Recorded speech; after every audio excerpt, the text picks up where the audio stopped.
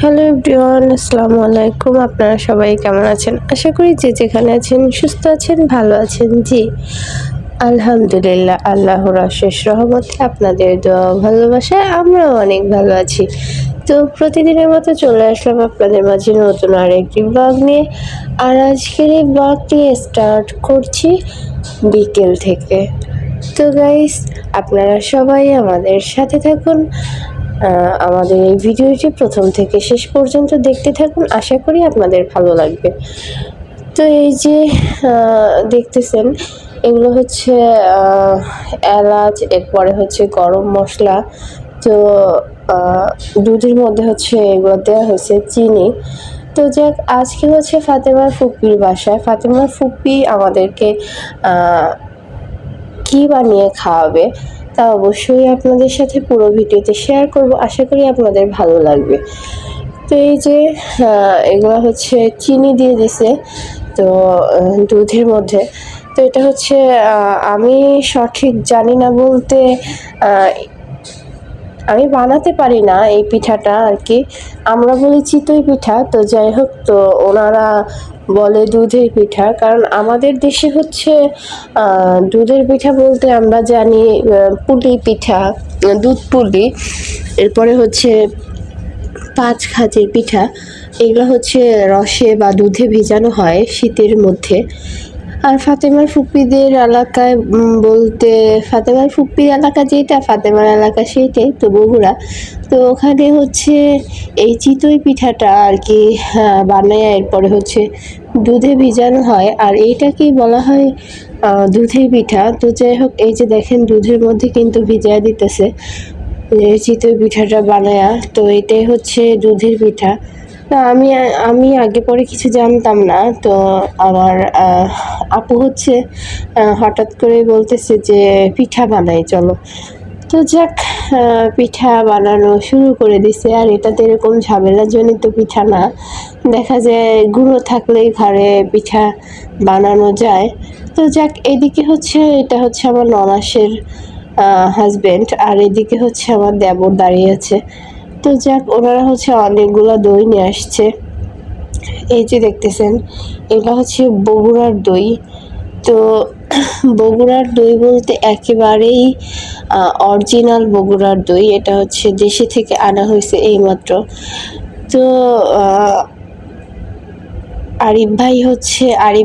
আরিফ হচ্ছে আমার ননাসের হাজবেন্ডের নাম। এই যে রেড কালার গেঞ্জি পরা। তো যাক, আর এদিকে হচ্ছে এটা হচ্ছে আমার ছোট দেবর। আমার দেবর হচ্ছে একটাই। তো এই যে আজকে আপনাদের সাথে আমার দেবরকে পরিচয় করে দিতেছি। এই যে এটা হচ্ছে আমার দেবর, ফাতেমার ছোট চাচ্চু। এটা কি ফাতেমা? দই দেখছ? দই। ফাতেমা দাদা বাড়ি যেন কোন জায়গায় বলো? আরে লজ্জা, বসো বসো। এই যে ফাতেমা দাদা বাড়ি এসে বগুড়া, আর বগুড়ার বিখ্যাত দই। নাও, দই খেবা না আম্মু? হয়েছে, সুন্দর দেখা যাইতেছে তো ফাতেমারে, সেই সুন্দর দেখি। এই যে দই খাইবো ফাতেমা। তো আমরা হইতেছে, আপনারা অবশ্য জানেন যে বগুড়ার দই হইতেছে বিখ্যাত। যে কোনো একটা জেলার আর কি বিশেষ কিছু থাকে, খাবারের আইটেম বলেন বা ড্রেস আপ, যে কোনো জেলার, প্রত্যেকটা জেলারই একটা ঐতিহ্যবাহী খাবার থাকে। তো এটা হইতেছে বগুড়ার ঐতিহ্যবাহী দই। তো আপনারা সবাই কম বেশি জানেন। তো আজকে হচ্ছে ফাতেমা বগুড়ার দই খাবে। ফাতেমার আঙ্কেল হচ্ছে দেশে থেকে দই নিয়ে আসছে, একবারে পিওর। আজকে বানাইছে না, আজকে বানানো, বা এটা কোনো ফ্রিজে রাখা হয় নাই, একবারে তাজা বলা যায়। তো এখন হইতেছে ফাতেমা আর আরাফাত দুইজন হচ্ছে দই খাওয়ার জন্য বসে আছে। তো আমি ওদেরকে এখন দই খাইতে দিব। তো আপনারা সবাই আমাদের সাথে থাকুন, আমাদের এই ভিডিওটি দেখতে থাকুন। আশা করি আপনাদের ভালো লাগবে। আম্মু, এইটার ভিতরে খাইবা না পিরিজে খাইবা? কিসে খাইবা? ওইটাই খাইবা না পিরিজে? কিসে খাইবা? পিরিজে। আচ্ছা, তাহলে আমি এখন এই দইটা বাইরা দিতেছি।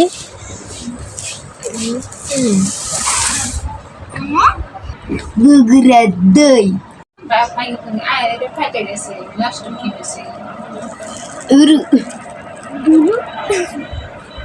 এখন বগুড়ার বিখ্যাত দই খাবেন। নাহিদের বাপ কয় এটা ভালো না। আচ্ছা, দই কি এই দুধের সাথে কি অন্য কিছু মিক্স করে নাকি? না, এই যে বগুড়ার বিখ্যাত দই খাওয়া হইতেছে।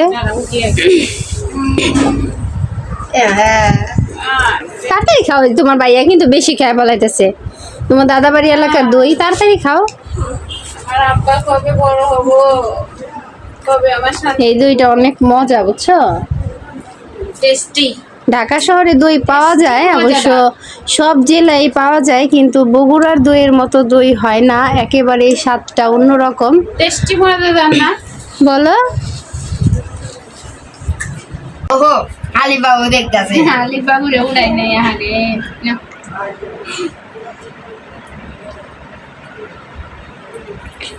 বগুড়ার দই ফাতেমা এর আগে একবার খাইছিলাম না? দেখি না তা খাইছো, এখন একবার অরিজিনাল এটা অরিজিনাল ফ্রেশ। দেখছো? অরিজিনাল বগুড়া দই। তোমার আঙ্কেল ব্যবসা হয়ে গেছে, আমি খালি বগুড়ার পিওর দই খাই। যেমনি খাবা খালি ঢাকা তার সার খাইয়া এই বাসায় থেকে যাও, সেখানে দই খেবা। থাক। তোমার বাবা বেঁচে সবজি, ওই সবজি খেলে কি হয়? না আম্মু, আমি রাখবো না, তুমি খাও। খাও। এমনি কয় মা, এমনি চলে যাবো না, তো দই খাইতে আবার এই বাসায় থাকা লাগবো। দই আমরা অনলাইনে অর্ডার দিব তোমার আঙ্কেলের কাছে, তোমার আঙ্কেল দিয়ে। ঠিক আছে, আরাফাত যাবো দই নিয়ে। আলিফ বাবু যাবো, আরাফাত যাবো। তোমার যে একটা ভাই আবার কে হো। দেখতেছ? খাও খাও খাও।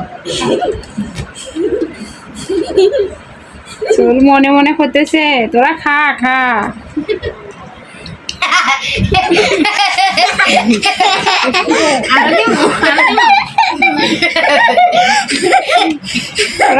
তোরা খা, খালি খা, আমারও সময় আসবি, দেরি কর।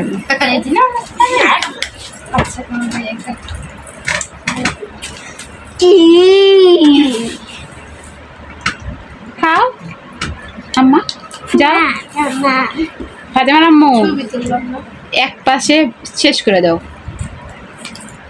আচ্ছা সে আপনি খাবেন না? আমি খাব না তো। আমি খাবো না। না, ওই যে আমার যাবার সমস্যা হয়েছে। দেখছি, ছবি দেখছি। হ্যাঁ, কি কিছু সেদিন আমি খাই না, মিষ্টি খাই না।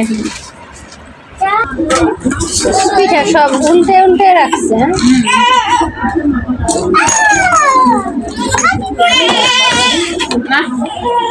দরজা চাপে দে বাবা, দরজা চাপে দে। আর নিয়ে একটু শোন, আর নিয়ে একটু শোন। শুলে ঘুমাস কোনো, ওতে না পিছন থেকে ওতে না দিই। আমি ঘুমাবো। আমি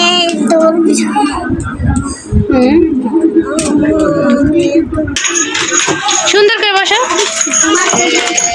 গোবিন্দ এটাও বগুড়ার বিখ্যাত একটা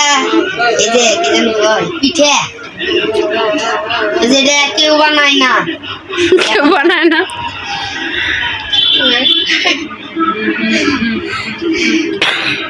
না তাতে খাও।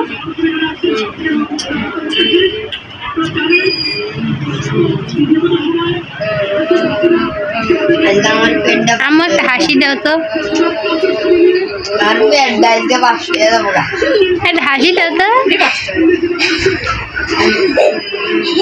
না ওইসে হাসি হয়েছে, খাও। রাত্রে ওইটা ওইটা না, ওইটা খাওয়ান যাবে না, ওইটা ফালা। আমার হাতে দাও। এলাচ, ওইটা এলাচ। এলাচি দাও মা, দাও।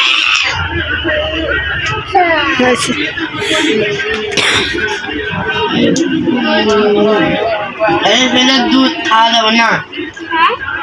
এটা ছেলের দুধ খাওয়া দাওয়া না খালি আবার কান্দিবে এই যে আমি কামতাম ধরো এটা আমি ভাঙলে আমি কষ্ট করে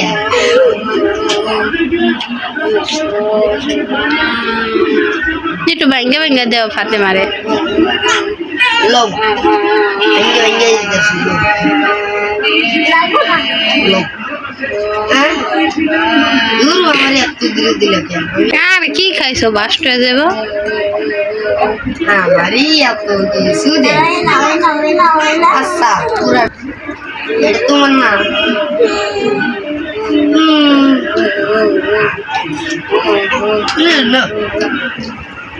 নিল থ্যাংক ইউ